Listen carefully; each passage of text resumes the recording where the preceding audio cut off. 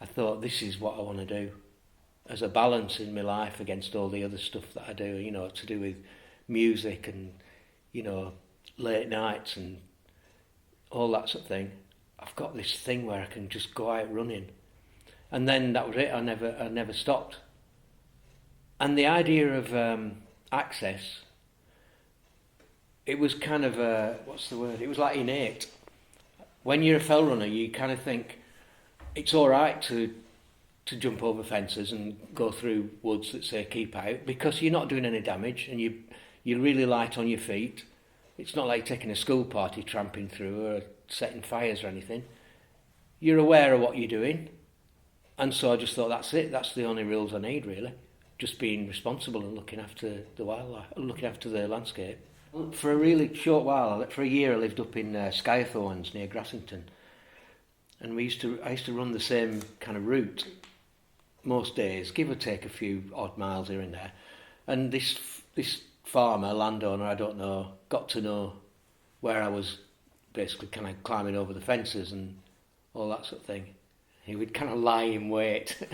It was really funny, and it never got really horrible, but it was always just a thing of, look, this is just where I go. I'm not doing any damage. I'm not going anywhere near your livestock. If there's livestock in the field, I'll go around the edge. You know, so in the end, he just gave up. There's a bit up there where there's a gate and a sign saying, you know, no entry or whatever, and there is no reason for it other than saying, you know, I don't want people on this land. It's not farmed land or anything. So I always just think, right, let's go that way. I think in the moment it's just I still just love the freedom of it. But I think when I sit and think about it, I think it's as close as I get to understanding what our responsibility is here. You know, you can be somewhere, you could be like a couple of miles up there, up on that hill up there, and you can think 200, 300, 400, 500 years ago, I would have had the same view, and I've had the same, and this is real, this is real, this is, you know, lots of things have come and gone in that time to do with technology and revolutions and wars and kings and queens, but actually at root, what it is you and the land and how you can survive and help other people survive on it. And all the time I was in bands and stuff, touring around, especially around Europe, around Germany and Switzerland and Holland and places like that, you'd be like 5 weeks in a van or a tour bus or whatever. So to think that every day, some point in the morning, I'd think, oh, there's a park nearby, or there's a river, or there's a hill, I'm going to go away and do that. Just to get the balance. When we first started the choir, which was 7 years ago or something, we talked about what we wanted this choir to be and all that sort of thing, and we said we don't want to just be a choir that does what other choirs do, even though they're brilliant. It's no disrespect to other choirs. We just thought, let's just be weird. So our first concert was on the top of Kinder Scout. So we said, it's the anniversary of Kinder Scout. Let's just go up there. There won't be anyone there. Doesn't matter. Let's just sing to the landscape. Yeah. I mean, the choir sings about all sorts of things, but we love it when we can connect with stories that are to do with ownership and land ownership, because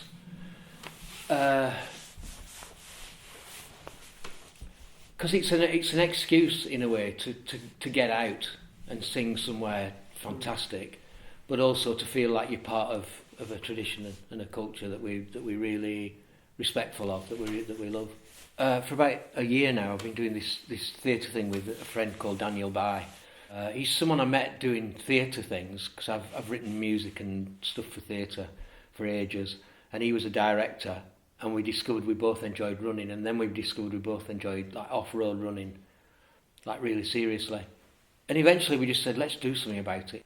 We do these concerts where we sit and it's all very structured. It sounds like it's just two blokes talking on a stage, but it's all structured, and we tell this story about this really long epic run that we wanted to do from Dan's house in Lancaster, running all the way along footpaths and stuff, over Pendle Hill, along the Calder Valley, up onto the Pennine Way, and then all the way to Kinderscout. So it's like 88 miles.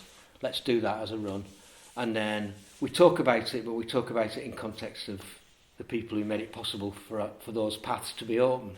When you're doing rural touring, or when you're playing in places like, I don't know, if you just rock up in some place in the middle of Devon, small town, people go because it's theatre.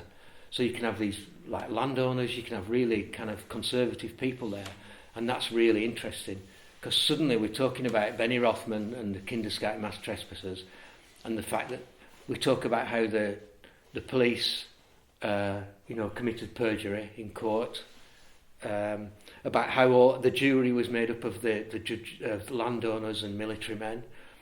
And you can see some people in the audience bristling a little bit because they're like, "Oh, is this one of them lefty shows?"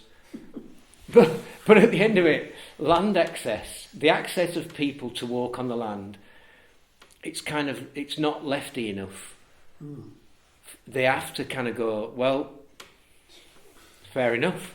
Yeah, so it's been really interesting. The reaction's really interesting. Yeah. And we have had arguments as well with people, which is great. The classic, so what if people from the countryside came and walked through your back garden type thing?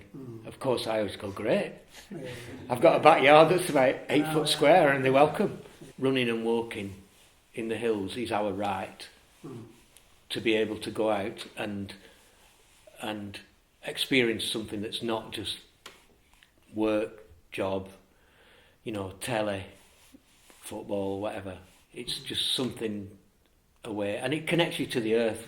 We talk a lot about that, about how it's so connecting. You kind of don't know unless you've done it for a while. And have you got any right to roam heroes? Yeah, probably like the obvious ones, like Tom Stevenson and Benny Rothman.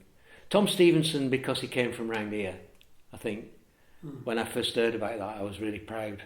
But also, I'll tell you, someone that really inspired me was there's a photographer called Faye Godwin, and she did a book of black and white photographs of places that were out of bounds.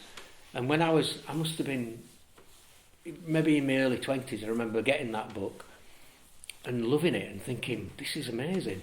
Yeah, to be able to go out and find these places and see how much of the land is cut off. And sometimes, because she was taking photographs, a lot of them around the Calder Valley area.